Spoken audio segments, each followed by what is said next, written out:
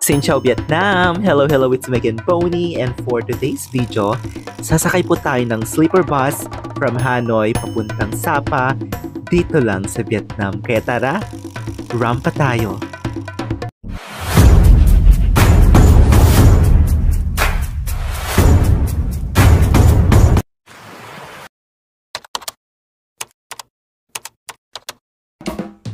So ayan mga misis, nagstay po ako sa Hanoi ng 3 days and 2 nights and maikot mo na siya kahit 2 days lang.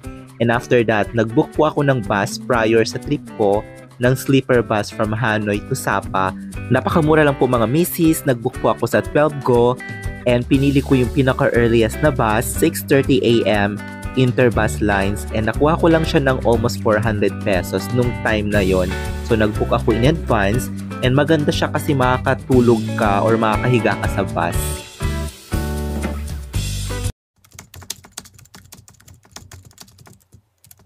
Ayan, ang aga po, dito ako ngayon sa pick-up area. Sarado pa yung office dyan sa Pipe Tran. Yun yung address. So, tinanong ko naman si ate mo sa likod. Sabi niya dito daw. 6:30 pa kasi yung pick-up time. So, 5 something pa lang. Kala ko open na sila.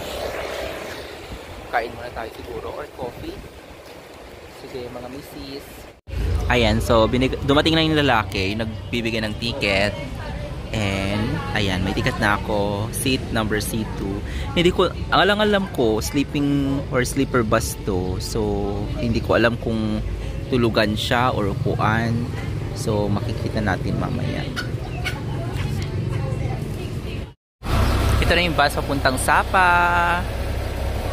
Yung sleeper bus pala, hindi naman eksaktong higaan. Parang nakakuan lang siya. Reclining, charot. Parang ganun eksena. Letter C ako. So,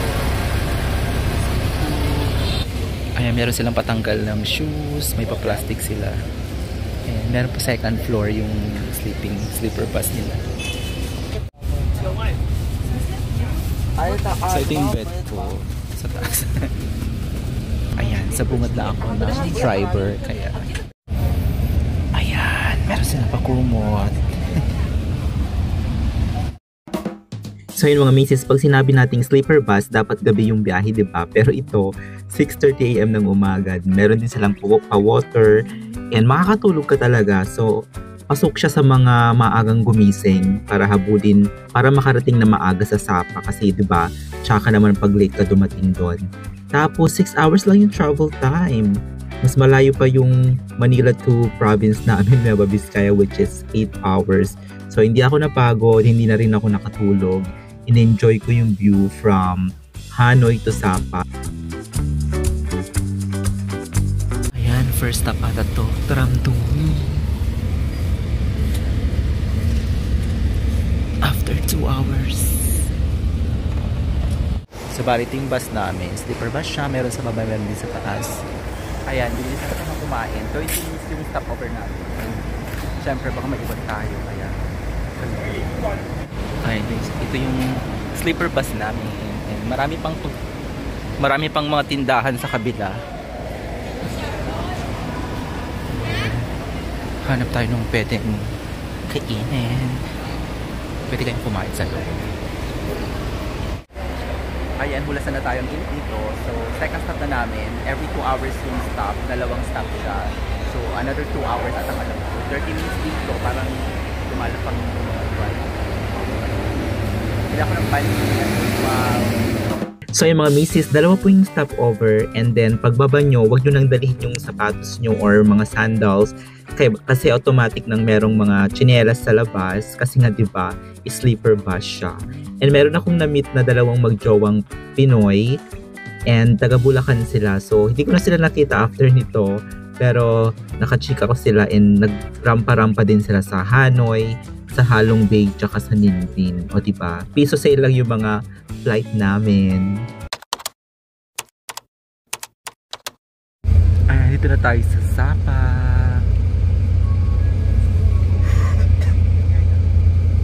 Parang ginit naman.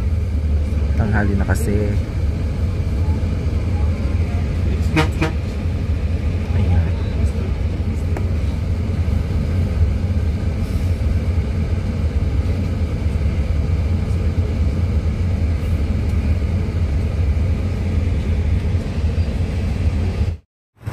ayun mga misis, andito na ako sa Sapa. 6 hours yung travel time. Kasama na yun yung stopover.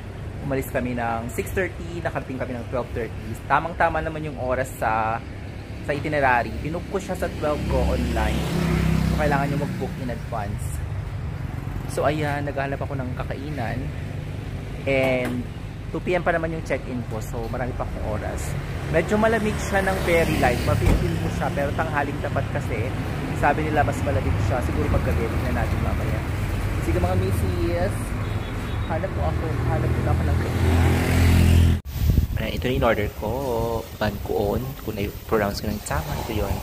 40,000 dong. And kasama na yan. So ayan mga misis. Lunch break na tayo. Ang sarap nito. Lasang barbecue. Tapos ito. Kakaiba din yung lasa. Ang sarap. For me. Ayan, ito yung Sapa nila. Dito sa Sapa, o diba, redundant. And malapit na lang yung accommodation ko dito. Lalakad ko lang siya. So, hindi ko alam kung tinawag siyang Sapa dahil dito or talagang Sapa lang yung pangalan ng place. So, ayan, very... May ko-compare ko siya sa parang Ifugao, Banawe, yung vibes. And tingnan natin mamaya ang gabi kung malamig. Nakaka-fresh lang. Malapit na to ito sa China.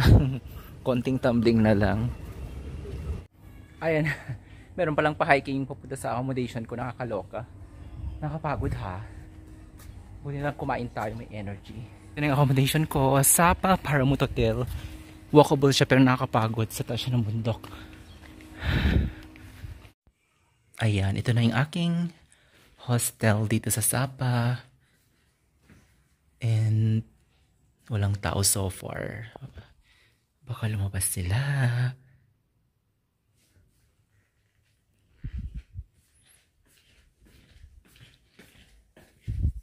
Yan, may CR. May bidet. Ito naman likuan. Yes. So, nakuha ko to ng 3 nights, 300,000 dong lang. Mura lang dito pag hostel. Ito yung pinakamura. Sige mga misis, ligo muna ako. So yun mga misis, dito na ako sa center ng Sapa and hindi rin ako nakatulog. Nag-rest na ako ng very light tapos kakain ako and nag-book na ako ng tour for tomorrow sa Fansipan and nag-book ako sa Klook. So ilalaban natin tomorrow. Yun yung pinakamahal na binook ko dito sa Vietnam kasi wala akong ginawa sa Hanoi kundi kumain lang. So ayan ang ganda. Ganda ng Sapa.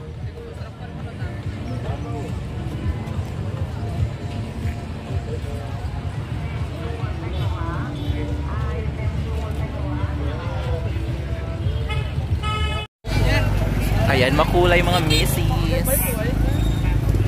Makulay ang buhay dito sa Sapa. More lights. And meron akong ka-roommate taga-Israel. Nagpa-picture ako sa kanya. Ayan. Hanap tayo ng kainan na pangmasa. Ayan, may pa-flowers dito si Mayor. Nakakatuwa naman yung park nila.